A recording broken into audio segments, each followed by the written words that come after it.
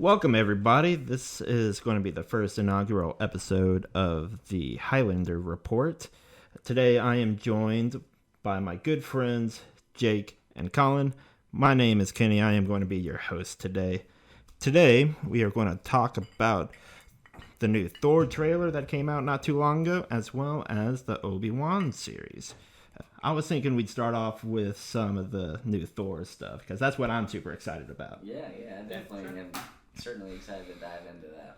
Okay, so key things that you see in that Thor trailer.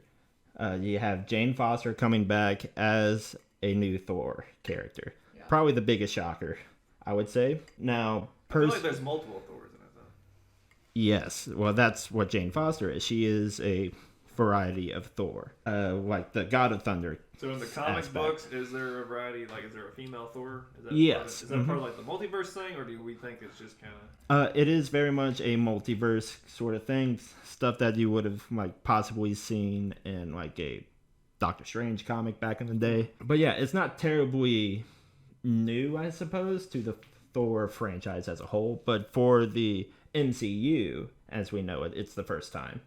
That was kind of hinted at with there being like multiple Lokis throughout the timeline, and that particular show. Words are hard. English is hard. Yes, English is hard. But for that matter, that is something that you are vaguely familiarized with, and something that they kind of show off in the trailer.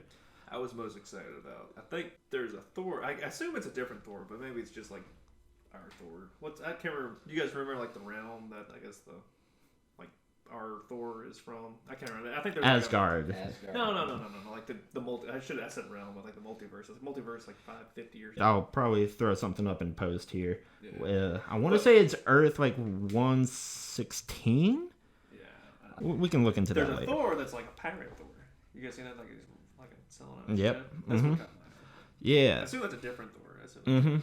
So the other big thing that I've taken away, at least, is the new villain, Gore the God Butcher, played by Christian Bale, I believe. Yep. Really? Survive long enough, and you eventually become the villain. Yeah. Wow, did you really just make a Dark Knight reference? I did. Wow. Yeah. I'm impressed. I've seen a movie or two. But yeah, so there's a lot of fun things going on with him. So this isn't necessarily a spoiler because you do see it in the trailer. All right, stupid question first. Is that comic book based as well? The God Killer? Yes, very much so. He is in one of the newer, I say newer with air quotes here, I would say definitely like early like 2000s, late 2000s, like was when he was introduced in the comics. He wasn't like old Thor, where you had all that going on. But the things that I think you all would probably find interesting is the whole backstory behind Gore in particular. He's from a nameless planet that everything there just sucks, right? I guess my best description for it would be a death planet. So you have wild animals constantly trying to kill you, constant droughts, earthquakes, bad weather, anything that could possibly like ruin your life happens on a regular basis like there. Indiana. Oh, wow. Wow, yes. Okay. Just kidding, Hoosiers. We love you. There goes that audio. But the thing with this particular planet is that all of the inhabitants there were super like devout to their gods. But Gore was different. So Gore was just like, well, if the gods are so great, how come they're not changing anything, and why is our life so miserable? Like, we keep praying and nothing changes. So eventually Gore finds a symbiote sword called All Black, and through that he gets his various powers where he's like, he doesn't age, he really can't be hurt, like this whole slew of things where he can also like change shapes and do this and do that. In the trailer you see him basically crack a planet or maybe a small moon. Hard to really see what's going on there. But he is not quite on a like a Thanos level threat, but you can make the argument in the comic books that he is. Was Thanos considered a god? Thanos? Yeah. He considered No. himself a god. He did, but he was called like the Mad Titan. You might remember that. That's like its own like little branch of like entities within the multiverse, where they're just abnormally strong. They don't really age. So This and that. So this god killer. What do you all think? They were all like plotting. So he's going to try to kill Thor. Or is he just trying to like, kill everybody? Yeah. So now this is going to be after, like. Is he? Do you think he's specifically targeting Thor? Because there's parts of the trailer where they show him. I don't know, what is it called? Olympus. So I assume there's going to be actually like other, Zeus or whatever. Yeah, you do see Zeus in the trailer, as well as some of the. He played the, I think some like Russell Crowe. Yeah. I believe it's Russell Crowe. Yes. Yeah. That's pretty cool. Yeah, the trailer. I haven't seen Russell Crowe. Takes. He snaps his fingers and all of the clothing comes just off, and the ladies in the background, they're all just like, ah. Yeah, everybody faints and it's very cheesy. That by itself, we'll see how many people go just to see, Chris Hemsworth naked, right? Kelly and All things. Wow. I mean Jane Foster. Yeah. Yes. That being said, Gore the God Butcher has killed several gods before he ever meets Thor. So he's called the God Butcher because he's killed quite a few already. Sure. So that was probably my best takeaway from that particular trailer, because you have All Black in there. All Black is related to a Spider-Man character called Null. He was the god of the symbiotes, which, while not directly tied into the MCU just yet, the Venom movies, he's kind of hinted at. And he... character is? No, Knull. Null. Okay.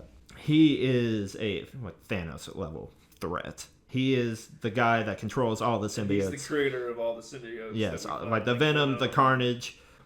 So back to Thor. Overall thoughts on the trailer? Did you Overall thoughts?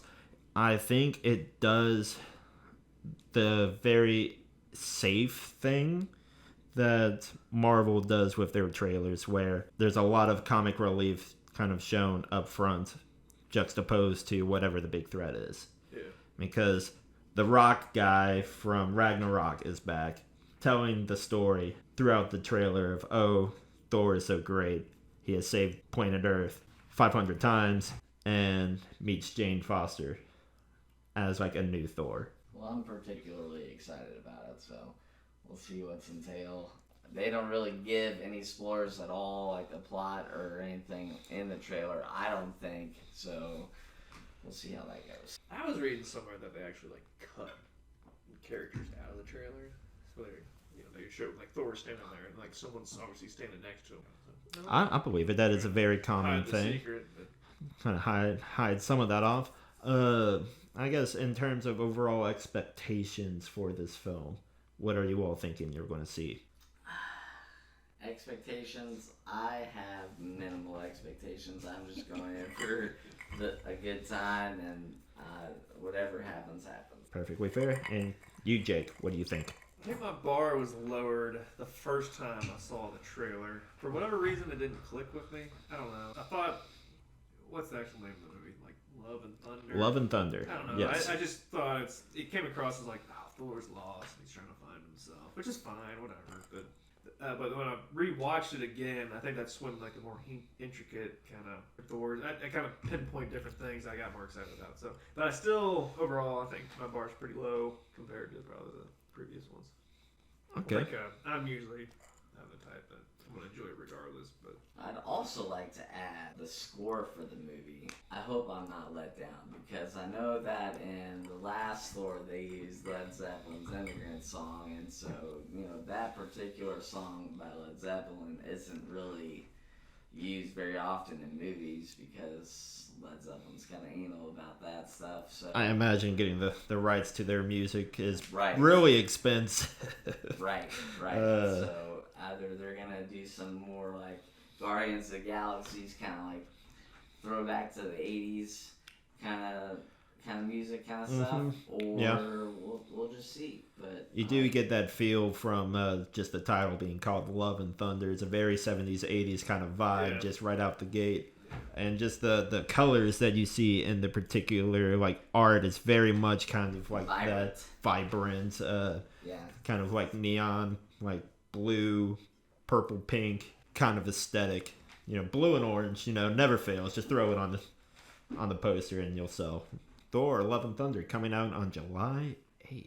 Do we think there will be any other? I can't remember the trailer, but any other Avengers? You don't see any big names. Big names? I never got that vibe. You do see Groot. In a particular image. So. Well, I guess he's still hanging out with. Yeah. Probably still hanging out with Guardians, just because they're really the only other ones that like space travel. Man, Bruce Banner's gonna show. Hard to see. Maybe that's something they cut it out one of the stills. The magic of editing, I suppose. Definitely something to look forward to here in early July. Well, do you want to talk about Obi-Wan? Yes. Man, I am ready for some of this Obi-Wan talk. All right, first initial reactions. And I know Kenny's. I am a little behind. The first two, right? Yes, I have seen the first two. And then Colin and myself have seen through episode 2. Episode 3, yeah. Overall, I'm intrigued for sure. I definitely am getting that vibe that Obi-Wan, or as he keeps referring to himself in the series, has been. Obviously, he definitely is one of those keep to themselves. What's the word I'm looking for? Hermit. Hermit, yeah, essentially. And obviously he's gonna keep his word on keeping an eye out on Luke, and then now having to go try to save Leia. That's so. Yeah, Senator Organa reaching out to him and wanting him to come save their daughter, Leia, from being kidnapped by the Order. by Flea. By Flea. Of all people, by Flea. I didn't see that coming. I thought that was a shock. So way to go, Flea, with pulling that character out. But he eventually dies. Spoiler. Oh, the Flea doesn't have too many instances where he lives through most of his cameos. That's not at all conflict with the storyline as it proceeds. Yeah, I don't know. It's like, I know it's only supposed to be a very kind of like short, episodic sort of thing, like once a week coming out with an episode. I think that's how Disney should do. I think Disney Plus does it a lot differently than how Netflix manages their. Well, Netflix releases like an entire series, I feel like, all at once. I like that though. I like how. See, I don't. I kind of have that. There's I'm looking forward to seeing something every week. Whereas if I literally watch an entire series in like 1 or 2 weeks, then okay, what's next? I do feel like where the Star Wars particular series on Disney Plus kind of benefit from is that kind of slow buildup of anticipation. Because for some of us that have grown up with all the canon, with the video games, watching the movies several times over, regardless of what camp of which trilogy is the best, most people know it forward and backwards to be able to complain well enough about any particular part. That being said, my early impressions are McGregor he still got it. He's very much that old washed up, well, I guess that's what this entire thing is about, isn't it? Just an old washed up Jedi that's just like, man, I really, really fucked up. So I got to atone the best I can without getting everybody around me dead. Right. I would hope that they're trying to build him up. Be like, yeah, he's older, he's washed up. Well, I mean, think he even mentions that. So that's one of the weird things about these prequels, so to speak.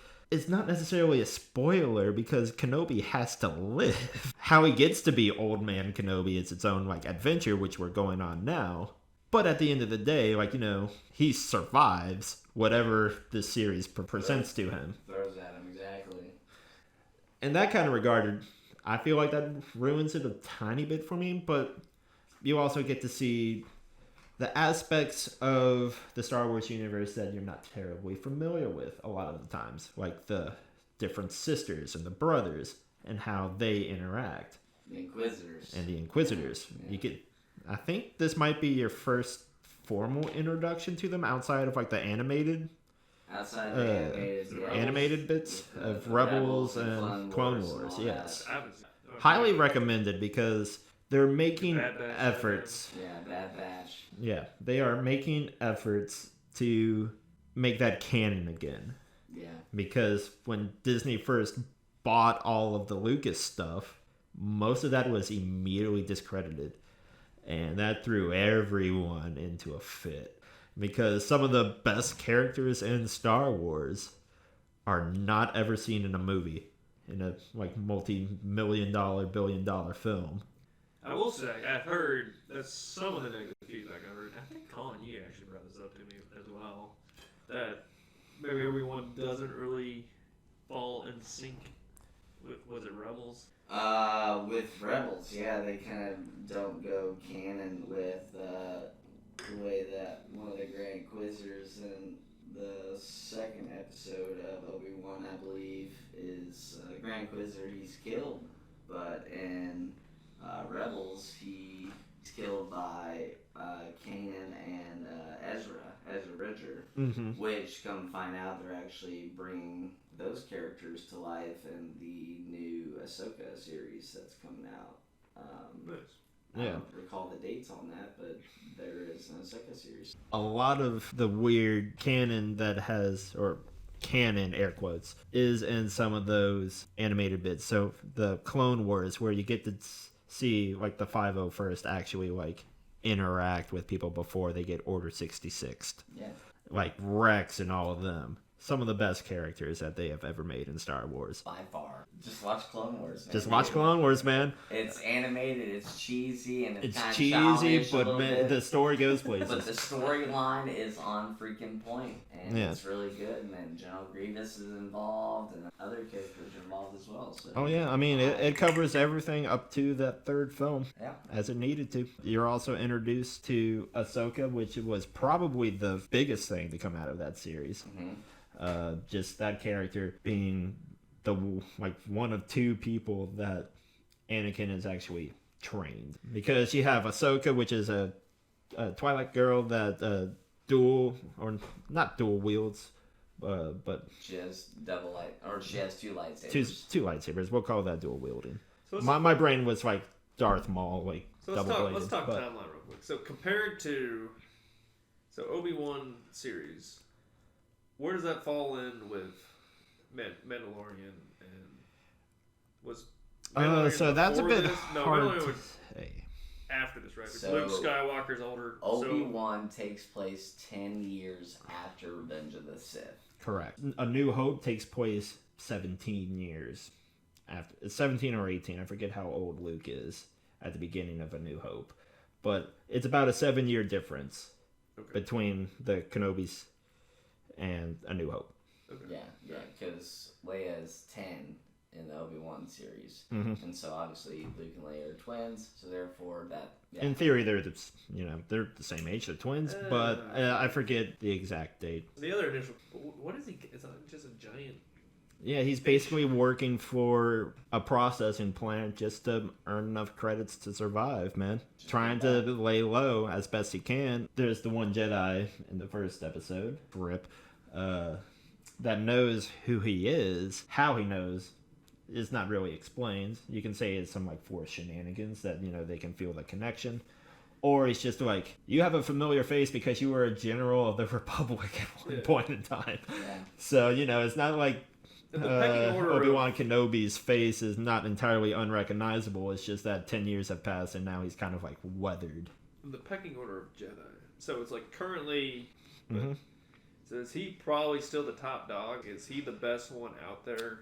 You can make the You can make the argument. Obviously, there's others. There's the very first episode. Yes. There's another one. You can make the argument that Yoda is still the best one because he's off on Dagobah somewhere. Okay, so Yoda's still alive. But I highly doubt you'll ever see him in the series. Is there any other Jedi that like jump out to you all that may show up? Like, You may see Ahsoka just because it'd be a very easy way to tie in the new Ahsoka series coming out.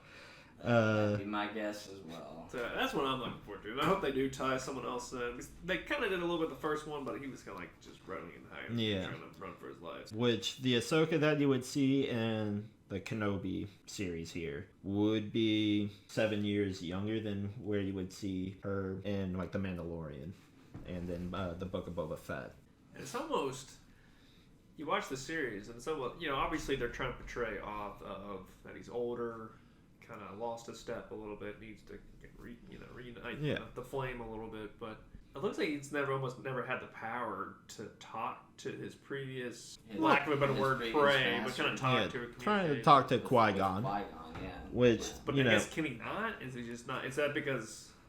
Well, on Revenge of the Sith, remember Yoda says to him, I got some training you have to do to talk to your previous master, Qui-Gon.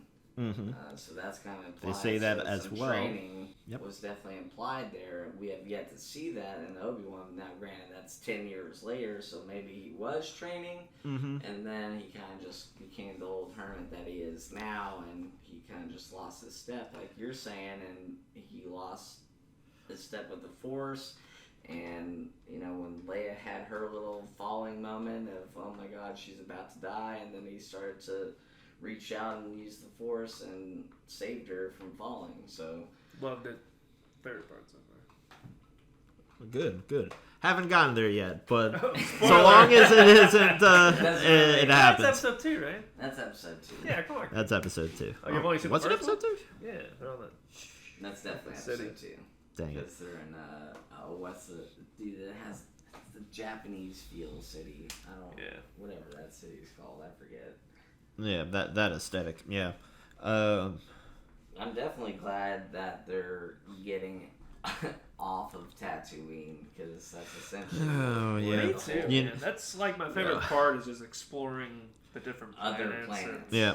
Exactly. But they're always. I mean, most of the series are all gravitating back to Tatooine. Well, I mean, it's weird because Tatooine, for the lack of a better word, is the most important, like, non-important planet in the Outer Rim, like, in universe.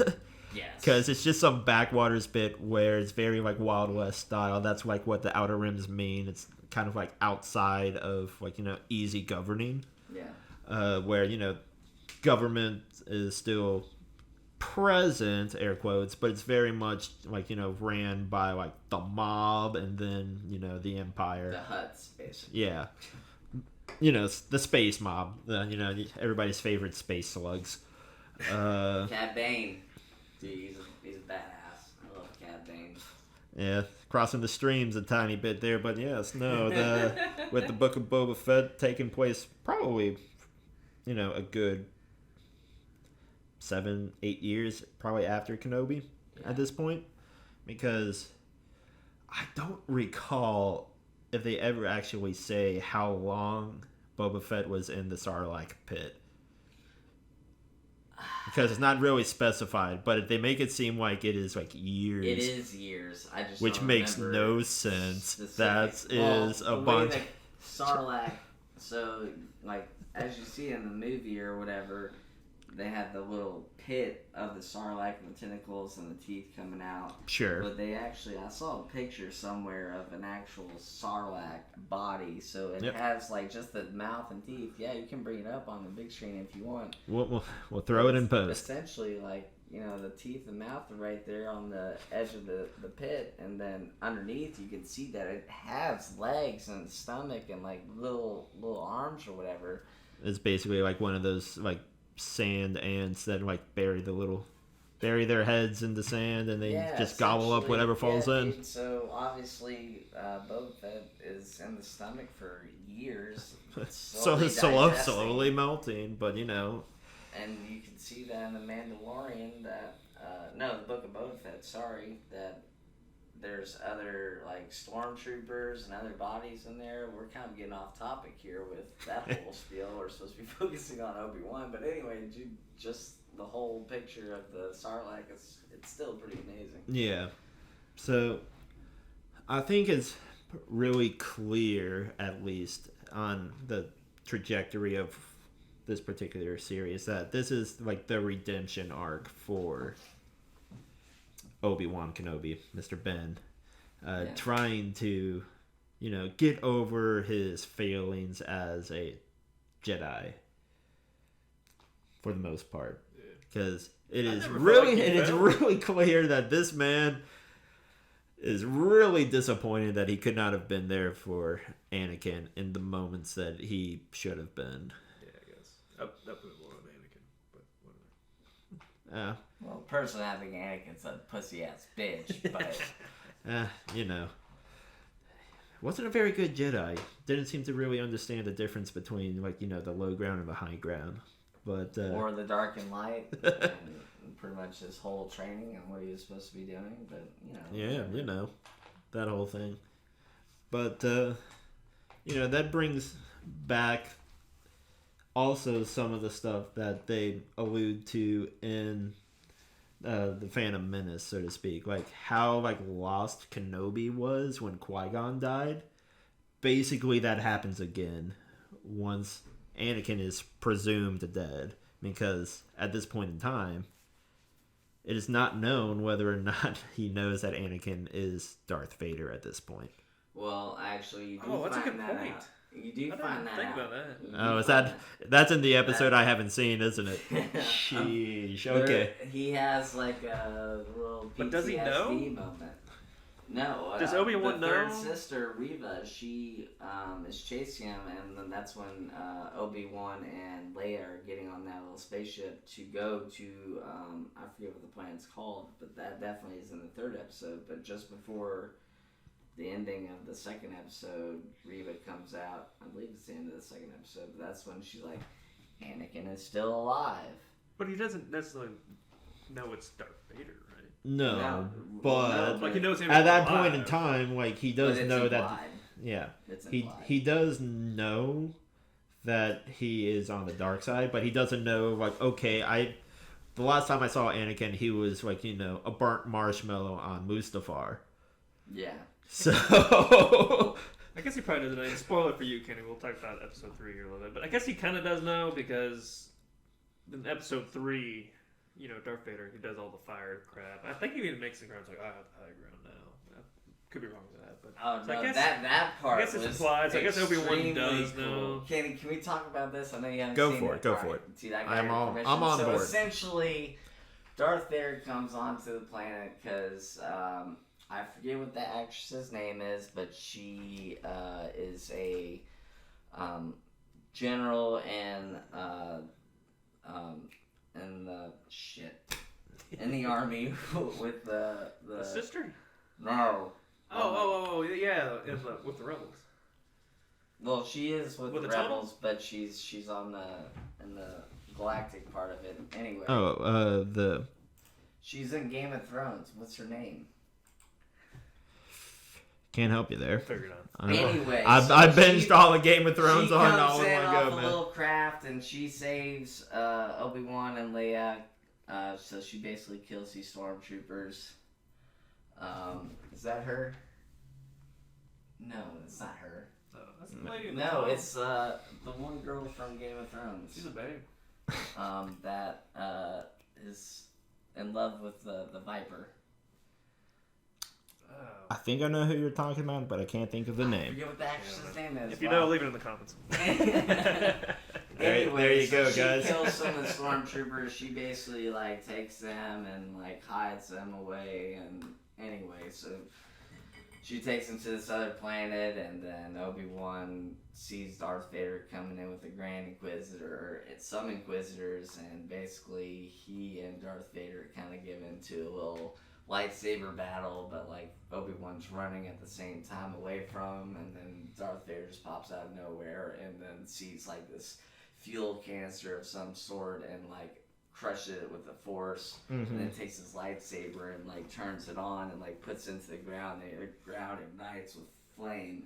So he freaking like chokes him with the Force, drags his ass onto the ground in the middle of the fire. So like Obi-Wan is literally burning.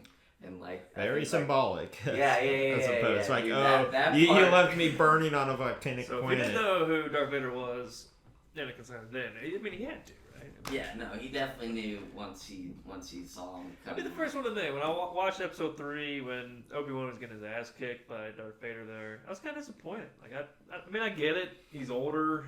He's lost a step. You know, we kind of covered this. But I'm like, dude, come on. Well, yeah, he's very much been hiding because and I know they're going to build it up, the Inquisition better, was after him.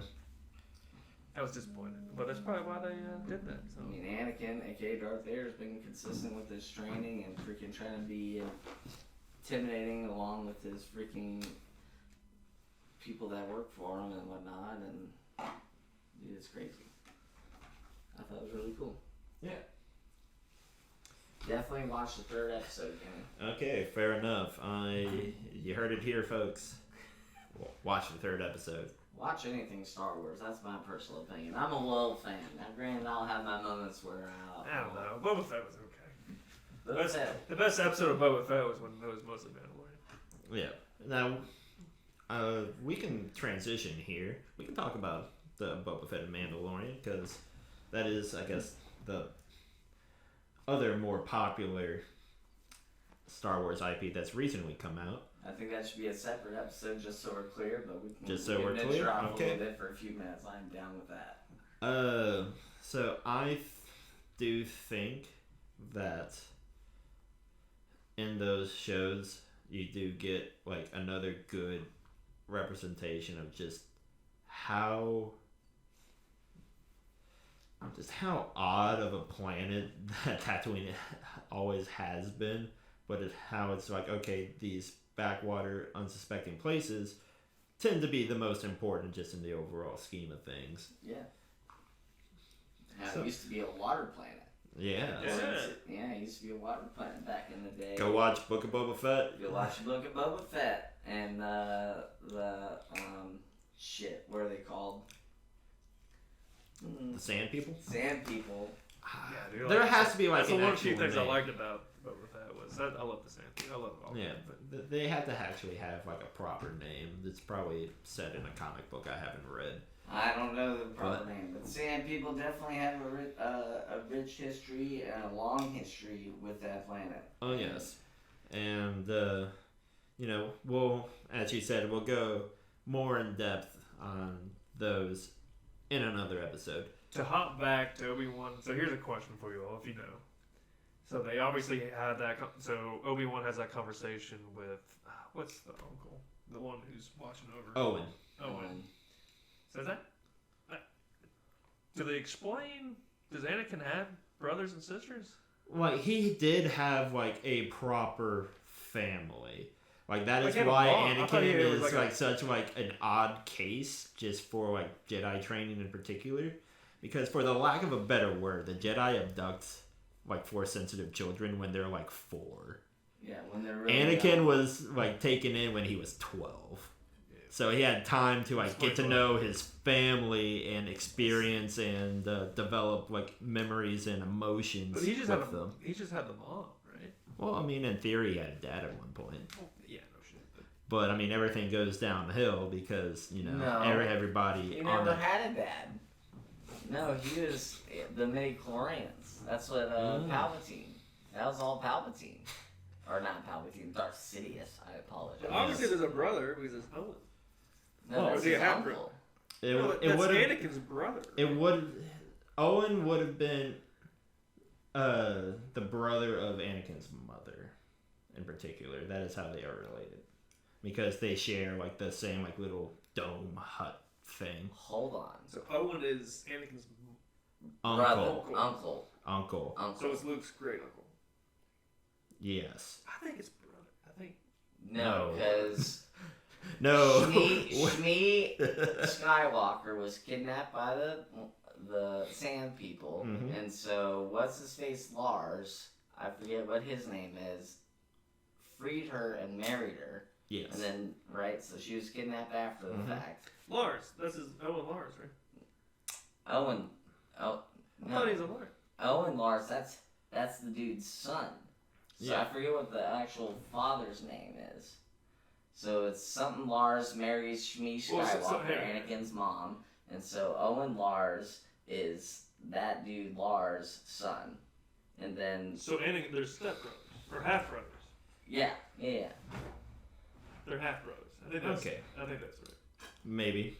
I would have to double check and we can throw it up on the screen here. I'm being thrown into the freaking woods in here. I kind of didn't... I just never knew that. That was There you another go. thing, which I never really thought about it, because, you know, the original Star Wars, like, yeah, it's so cool. Let's talk this But I never really thought about it. Shmi Skywalker and what's his face Lars.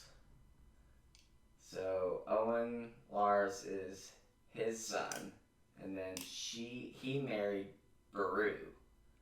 So they got married and they raised Luke.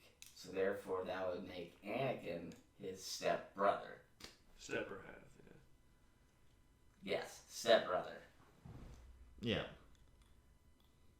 In terms of like who Owen is. So Luke, that would make him. That would be his step uncle. Yeah.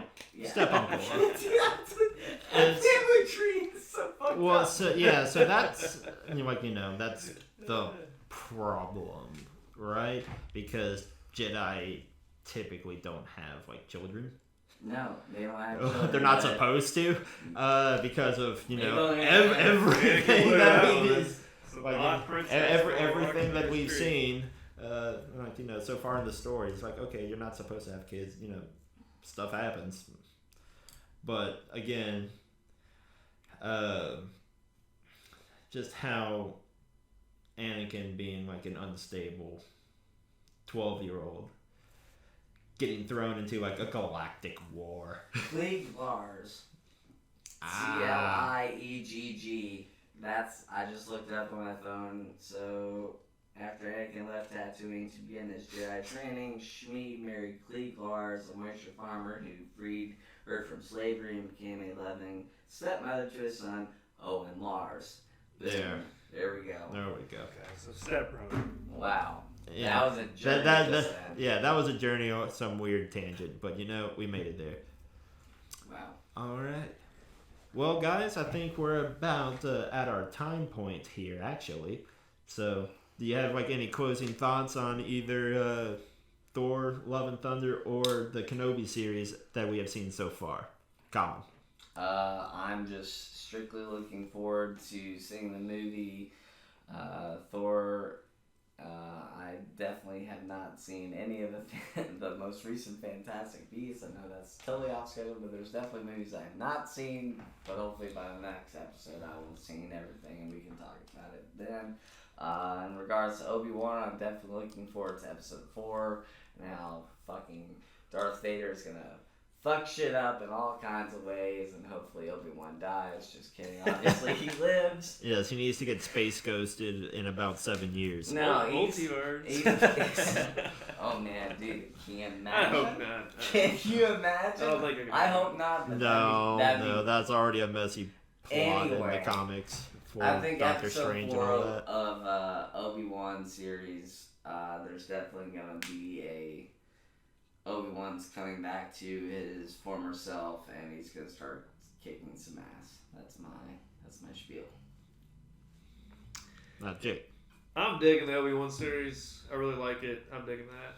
Thor, I'm excited about it. Obviously, I have a low bar, low expectations with these movies. I find them all fun and enjoyable to watch. So, but That's fair. the Thor trailer didn't really meet my fancy, I guess, but it'll be fun. We'll see. I'm usually proven wrong. I thought the same thing about the Doctor Strange, the Madness, Multiverse of Madness, but Yeah. I ended up loving that one. So. Fair enough. Well, you can- That can be a topic for another day, because everything that happened within that film by itself means that so much other nonsense can occur now, right? Now that this is like the third time, I believe, that multiverses have been introduced in a mainstream Marvel film. Sure. What are your thoughts? So my overall thoughts is I have high expectations, I suppose, for Kenobi to turn out well.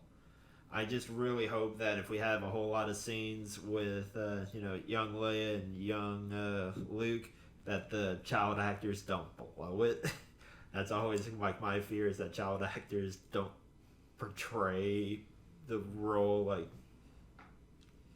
genuinely enough. I'm not getting that vibe from Leia at all. But Okay, in regards that's to good. Luke, we've had minimal interaction with him, and that was just, Yeah. motion picture kind 3 of. episodes in, I'm only 2 overall. Now, for Love and Thunder, I am hyped. There is so much other stuff that is implied just from what we've seen in the trailer, which a person growing up with a lot of the comic books is, pretty psyched for. We'll see how, Natalie Portman portrays her character again, I suppose, but as like a God of Thunder this time around. But otherwise, thank you everybody for listening. This has been the first inaugural episode of the Highlanders Report, and we will see you all next time. Bye, everybody. See you, buddy. Good chat.